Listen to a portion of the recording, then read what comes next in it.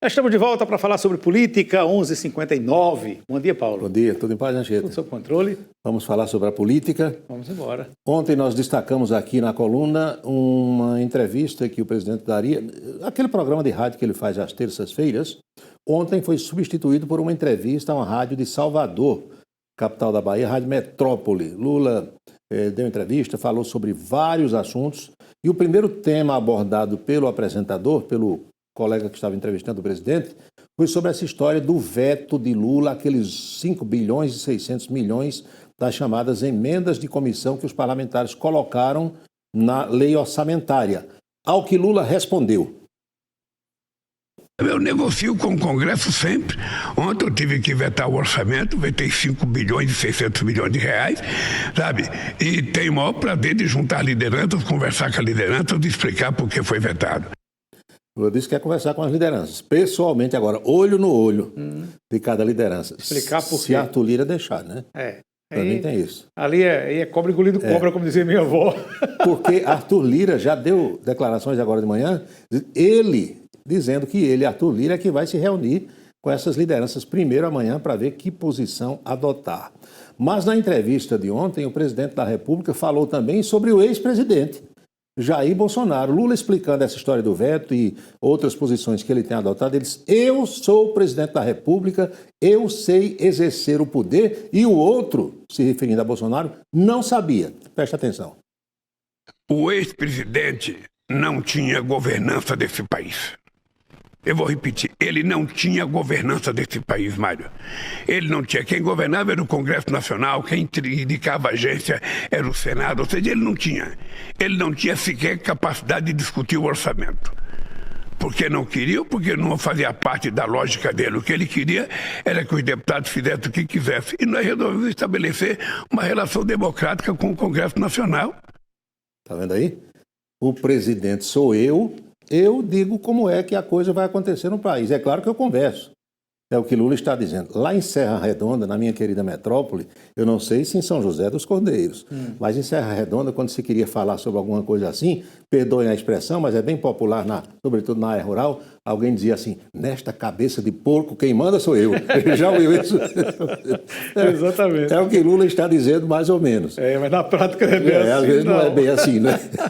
Tem uma cidade do outro lado do oceano que está uma situação, né, parecida, mais ou menos assim. O presidente também falou sobre essa história do imposto de renda, quem ganha 2 salários vai pagar, não vai pagar, vai corrigir, não vai. O apresentador disse: presidente, o senhor disse na campanha que quem ganhasse até 5 mil reais não pagaria imposto de renda. E agora? Lula respondeu: vamos fazer as mudanças agora para que quem ganha 10, 2 mil não pague imposto de renda. E você sabe que eu tenho um compromisso de chegar no final do meu mandato isentando todas as pessoas que ganham até 5 mil reais. Nesse país, quem vive de dividendo não paga imposto de renda. E quem vive de salário paga imposto de renda. O Haddad sabe que nós temos que fazer esses ajustes. O Haddad sabe que nós temos que fazer esses ajustes. Saber, ele sabe. Aguardem carta, como dizia a minha avó. Pois bem, a reunião do Lewandowski, do Dr. Ricardo Lewandowski com Flávio Dino, aconteceu ontem, como dissemos aqui. Tem até um flagrante aqui desse encontro entre os dois. Reunião de transição no Ministério da Justiça e da Segurança Pública, tá vendo? Tem a transição pacífica, né, conversando. Na área militar a gente chama isso de passagem de comando, né? Então está passando o comando de um para o outro. E o ministro Flávio Dino, ainda na Justiça e na Segurança Pública, lá para as tantas, ele disse: eu quero marcar a minha presença, a minha passagem aqui pelo Ministério, pelo menos, doutor Pierre Cardin, apresentando um projeto, criando uma espécie de um conselho, uma união das equipes de segurança, das polícias, uma corregedoria geral das polícias. Falou sobre o assunto depois dessa reunião aí. Nós elaboramos uma proposta e enviamos à Casa Civil, em que nós sugerimos, por emenda constitucional, a criação de um Conselho Nacional das Polícias e de uma Corregedoria Nacional das Polícias. Para aí nós termos um sistema nacional normativo, mandatório, articulado, como existe no SUS e como existe no Poder Judiciário. Esse é o passo certo.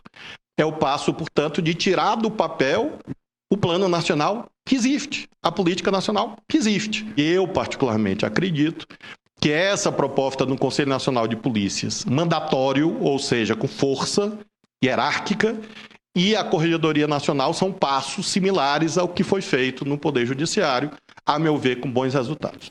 Flávio Dino acha que isso vai funcionar, vai dar certo. Uma articulação, uma espécie de corregedoria geral nas polícias, como tem a Corregedoria Nacional, né, do Ministério Público, como tem no Poder Judiciário, CNJ, alguma coisa nesse sentido.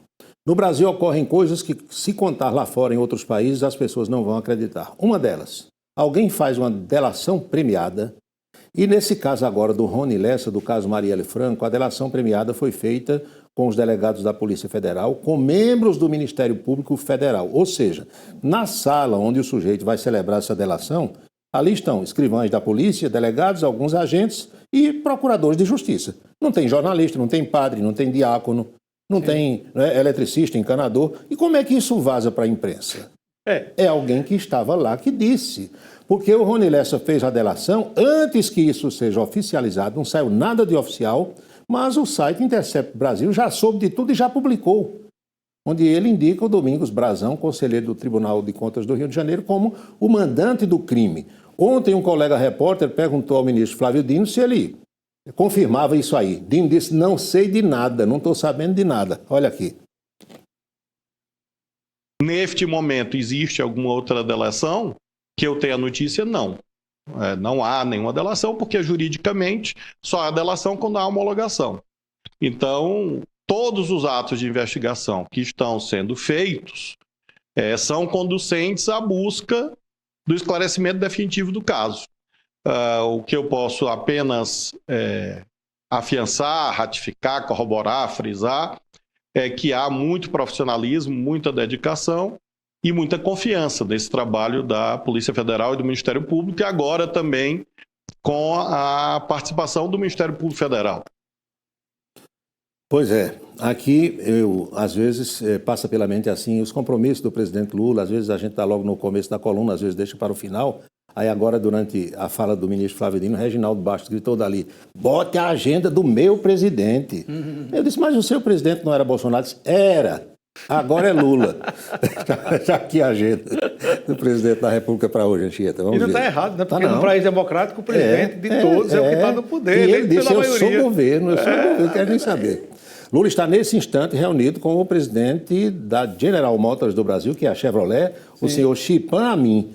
É o presidente internacional, o manda-chuva maior da GM. Sim. No mínimo, vem falar com Lula sobre incentivo, né? Lançamento de carros elétricos, essa coisa toda que está aí. 15h, Renan Filho tem audiência com o presidente, é o ministro dos Transportes.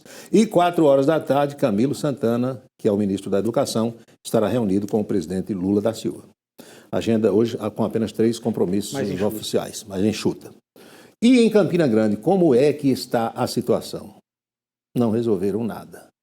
O prefeito Bruno Cunha Lima acabou por vetou, preste bem atenção, a promulgação de uma lei feita pela Casa de Félix Araújo. Feita não, promulgada, entenda-se. E o que é que o prefeito está dizendo? O prefeito Bruno Cunha Lima disse que a Câmara se equivocou porque promulgou uma lei onde o prazo ainda era dele. Ou seja, em outras palavras, traduzindo tudo, Bruno Cunha Lima está dizendo que os vereadores de Campina Grande não sabem nem contar os dias e muito menos o presidente da Casa, Marinaldo Cardoso. Não souberam contar os dias e fizeram a coisa errada. Está aqui. Minha gente. Eu vi hoje, inclusive, alguns vereadores de oposição mencionando, dizendo que, em tese, eu não poderia ter vetado porque a lei o projeto havia sido promulgado pela mesa diretora. Na verdade, o projeto não pode ser promulgado dentro do prazo de sanção ou veto que a Constituição Federal, no artigo 66, traz para o processo legislativo. A Constituição do Estado da Paraíba também traz o artigo 59 da Lei Orgânica do Município, também fala do prazo, e o artigo 222 do Regimento Interno da Câmara também fala do prazo, de 15 dias úteis para análise e sanção ou veto por parte do Poder Executivo. Como o projeto foi aprovado dia 28 de dezembro e dia 29 de dezembro esse projeto foi encaminhado para o Executivo, contam-se 15 dias úteis a partir disso. 15 dias úteis a partir do dia 29 de dezembro se concluíram ontem, dia 22 de janeiro. Então, até ontem era prazo para o município, para o Poder Executivo sancionar ou vetar. Então, quanto à hipótese ou oportunidade de oferecer o veto, está totalmente dentro do prazo constitucional, do prazo legal. Entendeu?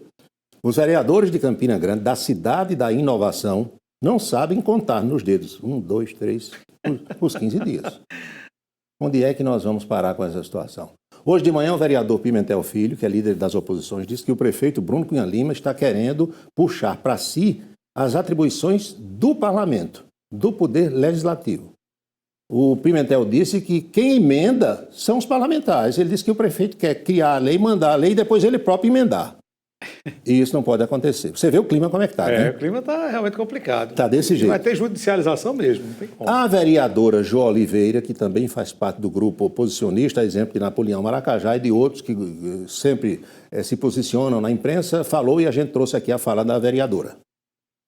Claro, até porque faz parte da nossa prerrogativa enquanto vereadores e vereadoras também avaliar o veto e, obviamente, entender todo esse processo. O prefeito está dizendo que não tinha legislação, a gente já tinha feito um ofício solicitando ao presidente da Casa que fosse promulgada, houve a promulgação por parte da Câmara, então é também um momento que a própria Câmara se manifesta para colocar como era que foram os ritos e, enquanto bancada, estamos reunidos construindo os próximos caminhos, sabendo, inclusive, vamos deixar a população de Campina Grande ciente da nossa movimentação. Então, acredito que tão logo terminemos essa reunião, certamente a gente lança uma nota e informa toda a população de Campina Grande quais os próximos passos.